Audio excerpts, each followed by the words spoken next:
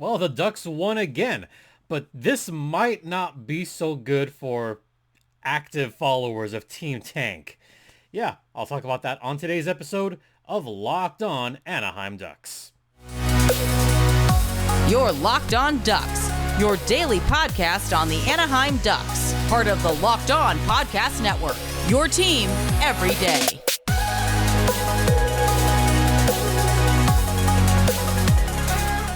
Good morning, everyone. Welcome to Locked On Anaheim Ducks, part of the Locked On Podcast Network. I'm your host, Jason J.D. Hernandez.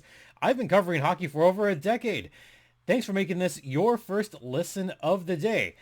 Oh, also, don't forget this podcast is free and available across all platforms, including Stitcher, Spotify, Apple Podcast, Google Podcast. We are free, ad-free, on Amazon. And also, hit the bell on YouTube, because why not? It's cool. All right. So we got to talk about this for a little bit today. After this episode, I'll be gone for the weekend. So yeah, just to peel back the curtain a little bit, I'm working a couple of Firebirds games this weekend, but also I get to do something really cool that I'll talk about at the end of this episode. Oh boy, that was a fun win last night. And while it is satisfying to beat the Flames, it's always satisfying beating them, no matter what year it is, no matter who does it. I still think, for me, the most satisfying win against the Flames was a couple years ago, that Jamie Drysdale overtime game-winning goal. Actually, that was last year, but it was really more than a year ago. Jamie Drysdale, the overtime game-winning goal. That seems like such a long time ago, doesn't it? So long ago. But that was actually back in 2021. That's why I said a couple years ago, but it was last season. Those days are over. But we got a little taste of it last night. And did you notice that there were times that John Gibson was getting peppered once again? Yeah. I think I want to talk about just Team Tank first. Yeah. So there are 16 games left in the season, and the Ducks are out of the wildcard spot by a lot of points. In fact, as of this morning, the current standings, the Ducks have 53 points. They are 22 points back of Winnipeg. I know we haven't used this term yet, but it's getting down to it, so I'm going to have to use it. The elimination number. Yes, that time of year again. I hate saying it. I hate doing this every season because I've done this every season. I've hosted Locked On Ducks. The elimination number is at 10. We're getting down to single digits. That means that any combination of 10 points lost by the Anaheim Ducks or 10 points gained by both the Winnipeg Jets and the Minnesota Wild, the Ducks would be eliminated from postseason contention. Now, I know you're also saying, well, mathematically, the Ducks could still win the Western Conference. Yeah! No, they can't, because Vegas and LA have to play each other at some point. Both Vegas and the Kings have 84 points. The 2 points have to go to one of those teams. So, in fact, no. The Ducks cannot get first place in the West, but that's just semantic. That doesn't matter. What matters is that the elimination number is at 10. Yeah, the Ducks are going to lose 5 games. They're going to lose some pretty bad ones pretty soon. So we shouldn't even be thinking about playoffs as far as the NHL.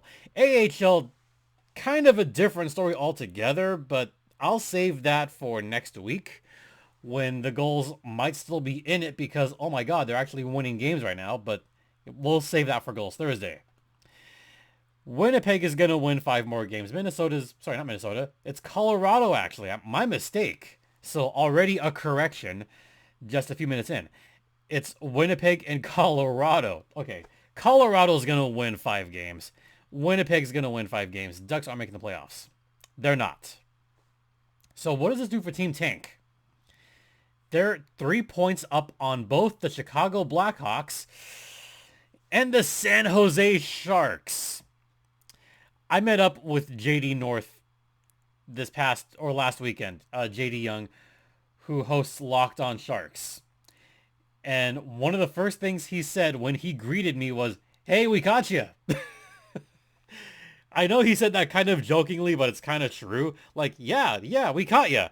As far as losses go, because I happened to be at the Shark Tank earlier that day, and San Jose's putting the tank in Shark Tank right now because they got obliterated by the Washington Capitals earlier that day. Anaheim, for some reason, they're deciding we're going to start winning some games. We're going to beat Montreal. We're going to beat up on Calgary. We're going to get a loser point against both Vancouver and Washington. In their 5 games so far this month, they've got 6 points. Urgh! I want to see the Ducks succeed, but at the same time, I want to see them succeed for the long term, i.e., I want to see the Ducks try to land Connor Bedard or Adam Fantilli.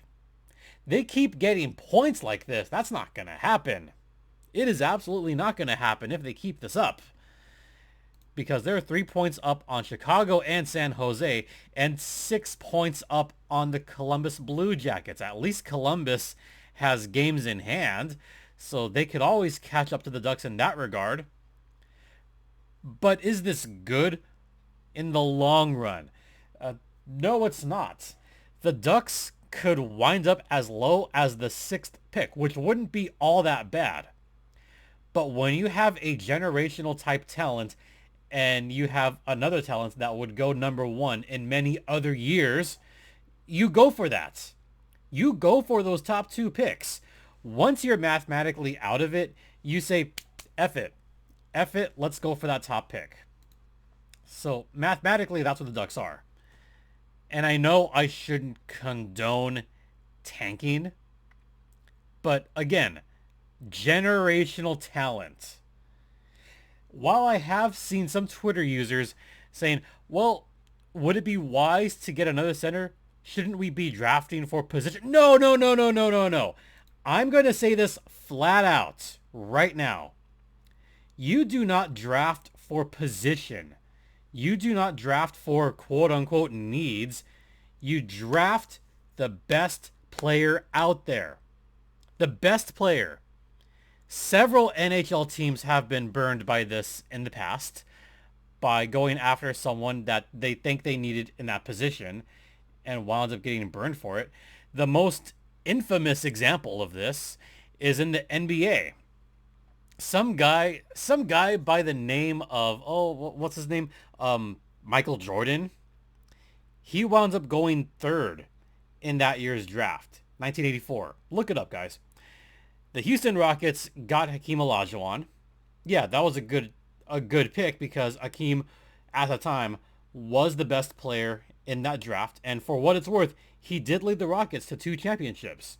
So that pick was fine. Then the Portland Trail Blazers had selection number 2. Everybody knew that Michael Jordan was the second best player in that draft. But because the Blazers already had Clyde Drexler, they said, we don't need someone else as a shooting guard. No, we need a center because we have no center. So they drafted Sam Bowie, the most infamous number 2 pick in NBA history. Sam Bowie wound up having a horrific career. Michael Jordan, easy pick 3 for the Bulls. And look what happened with the Bulls. They won 6 titles, and Portland won 0 after that. In fact, the Blazers, I think, have just the 1 title in 77. That's it. So that's the most infamous example of why you don't draft for need. Always pick the best player in the draft. If Connor Bedard is available at number 1, you take Connor Bedard. If Fantilli is available at number 2, you pick him with number 2. You do not pick for need. How many times do I have to say that? All right, we're going to head into the first intermission. I'll talk a little bit about John Gibson, talk about the game itself. So we'll get to that on the other side. But first, I would like to welcome our newest sponsor to Locked On. That, of course, is FanDuel. We're excited about having FanDuel joining us now because they are the official online sportsbook of the NBA, of the NFL. And you know what? It's that time again, folks.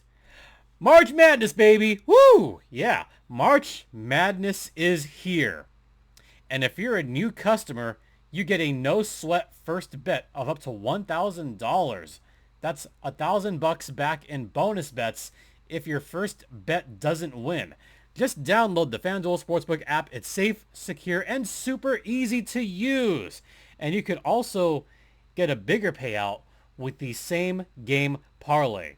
So don't miss out on the chance to get your no-sweat first bet of up to $1,000 back in bonus bets when you go to FanDuel.com/LockedOn. That's FanDuel.com/LockedOn to learn more. Make every moment more with FanDuel, an official sports betting partner of the Locked On Podcast Network. And please gamble responsibly. Welcome back to the John Gibson Appreciation Hour, which is part of Locked On Anaheim Ducks, part of the Locked On Podcast Network. You're locked in with Jason JD Hernandez. So, about last night, John Gibson was on one again, and would you believe that it was someone elite that also scored? So, first, I gotta talk about John Gibson, because he did set a record in last night's game, where the Ducks allowed 37 shots.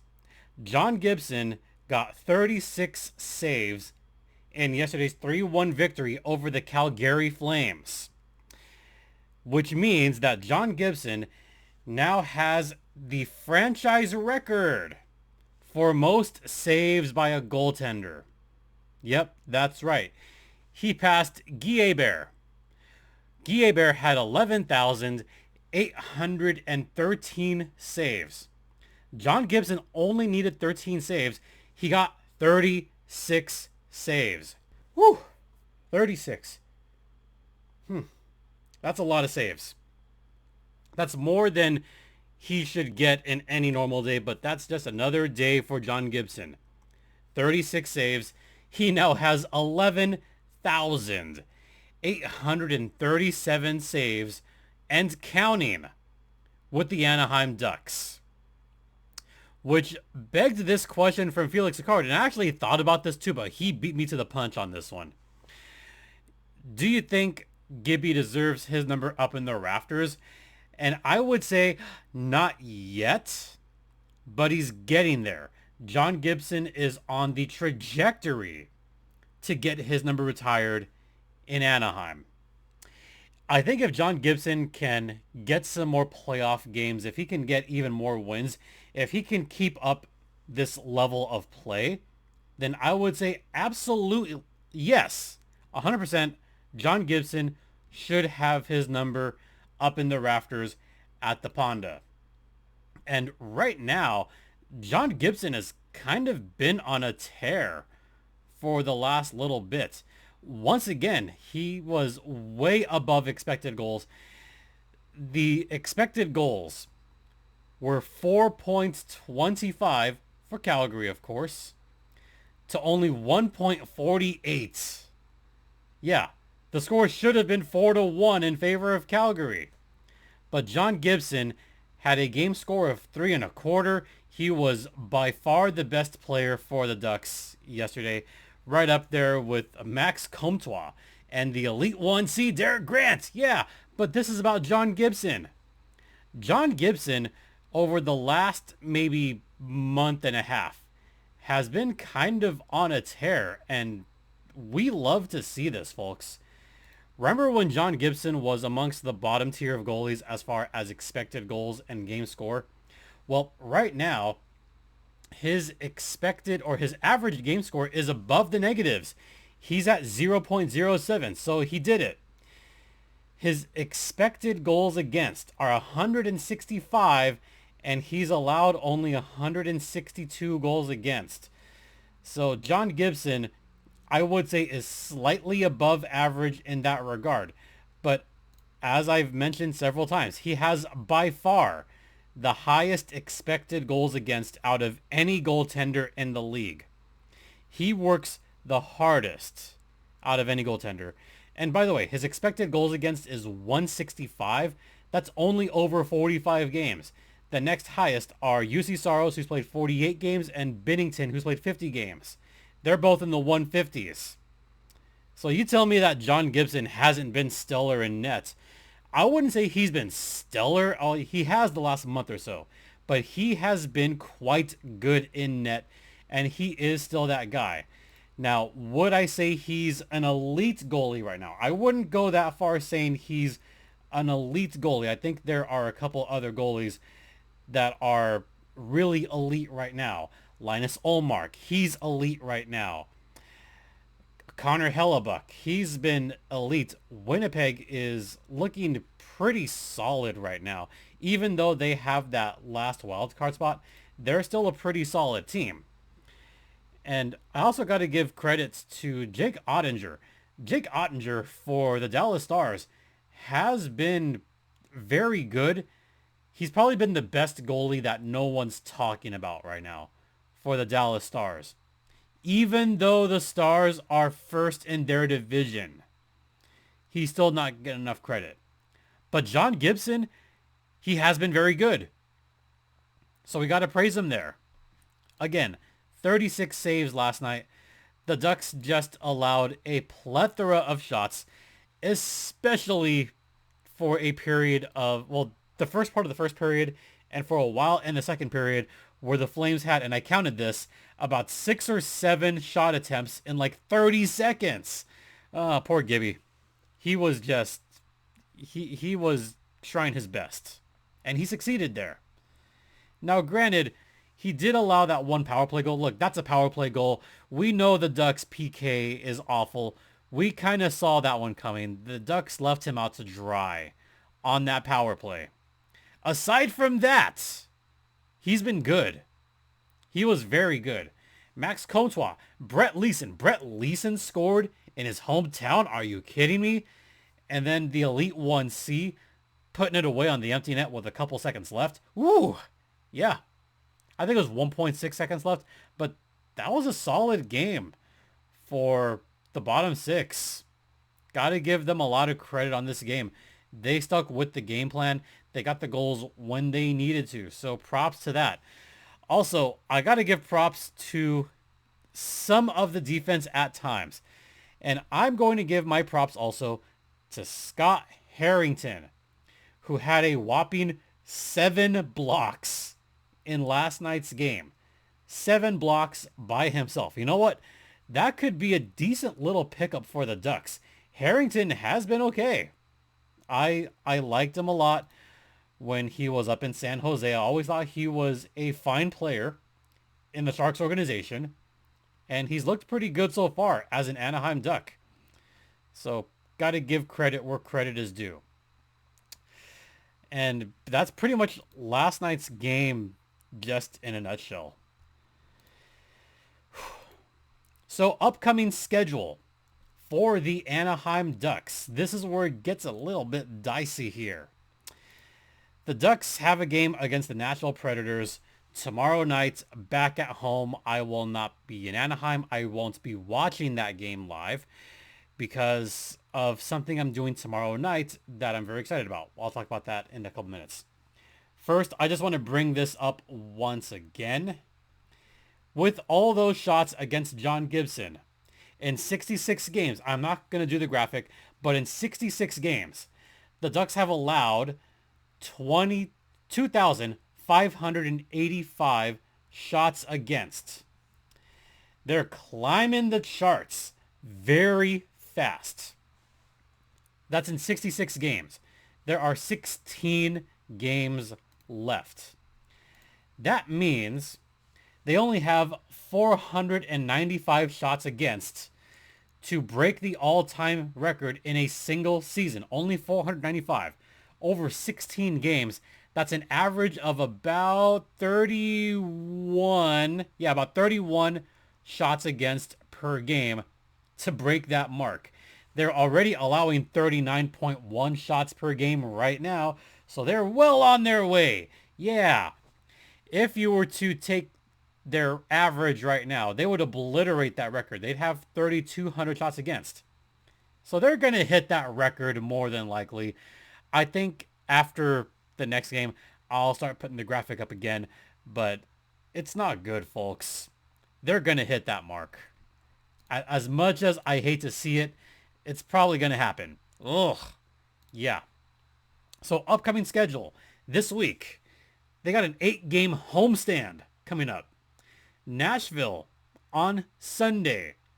The New York Islanders, who are fighting, clinging to a playoff spot, that's on Wednesday night. Friday night, they take on the Columbus Blue Jackets. That's St. Paddy's Day. Then the 19th, they take on the Vancouver Canucks. After that, they have Calgary again, Winnipeg, St. Louis, and the Colorado Avalanche to round out the 8-game homestand. I hate to say it, but the Ducks might wind up picking up a few points here and just getting themselves out of the Bedard sweepstakes. Yeah, that's likely going to happen. So I will not be watching or even listening to tomorrow night's game because, something really cool I get to do tomorrow, and this is a bit personal, but I just thought I would share this. So, as you know, I do the public address for the Coachella Valley Firebirds. And as a result of that, I have the pleasure and honor of getting to do public address for a championship game tomorrow night. This one I'm really excited about, and if you happen to be out in the Coachella Valley area, check it out.